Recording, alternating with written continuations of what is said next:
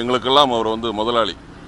நான் super good ஃபிலிம்ஸில் வந்து 92ல் வந்து கோகுலம், அதாவது ஒளிப்பதிவாளர் MS அண்ணாதுரை அவர்கிட்ட அசிஸ்டண்ட்டாக நான் வந்து இந்த படத்தில் வேலை செஞ்சேன்.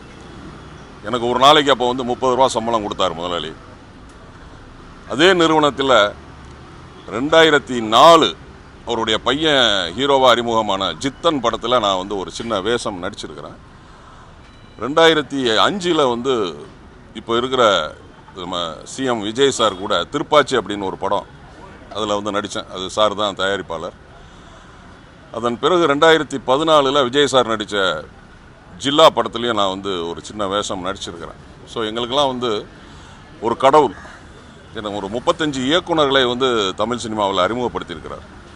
அது மட்டும் கிடையாது, எடிட்டர், அப்புறம் வந்து பார்த்தீங்கன்னா மியூசிக் டைரக்டர், அப்புறம் வந்து மேக்கப் மேன், ஹேர் ட்ரெஸ்ஸர்னு எத்தனையோ பேரை வந்து முதலாளி வந்து அறிமுகப்படுத்தியிருக்காங்க.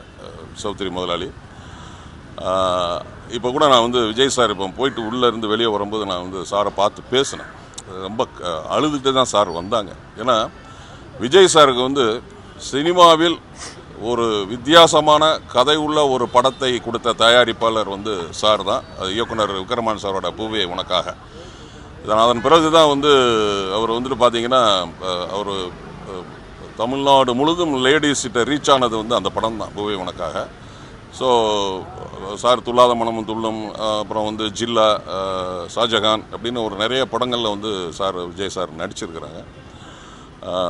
நாங்கள் வந்து இப்போ பார்த்தோம், சாரை வந்து இப்போ பார்த்தோம். அப்படியே என்ன சொல்கிறது, அப்படியே உயிரோடு வந்து இருந்த மாதிரியே எங்களுக்கெல்லாம் தோணிச்சு. ஏன்னா நாங்கள்லாம் வந்து 92லேருந்தே நாங்கள் வந்து ஐயாவை பார்த்துருக்குறோம்.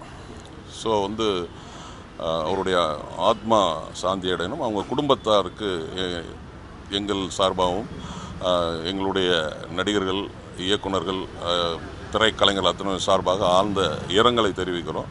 இவர் வந்து இயக்குனர் பாரதி கணேஷ், அதாவது 99ல் கேப்டனை வச்சு கண்ணுப்பட போகுதான்னு இதே தயாரிப்பு நிறுவனத்தில் வந்து படம் பண்ணவர். அதே மாதிரி வந்து பார்த்திங்கன்னா இப்போ சௌந்தர்யன் சார் மியூசிக் டைரக்டர், அவரை அறிமுகப்படுத்தினதும் சார் தான். நிறைய சினிமாவில் இருக்கிறவங்க இன்றைக்கி நிறைய பேர் சினிமாவில் சாப்பிட்டுட்டு இருக்காங்கன்னா அதுக்கு காரணம் வந்து ஐயா சௌத்ரி சார் தான். அவரை பற்றி பேசணும்னா நிறைய பேசிக்கிட்டு இருக்கலாம்.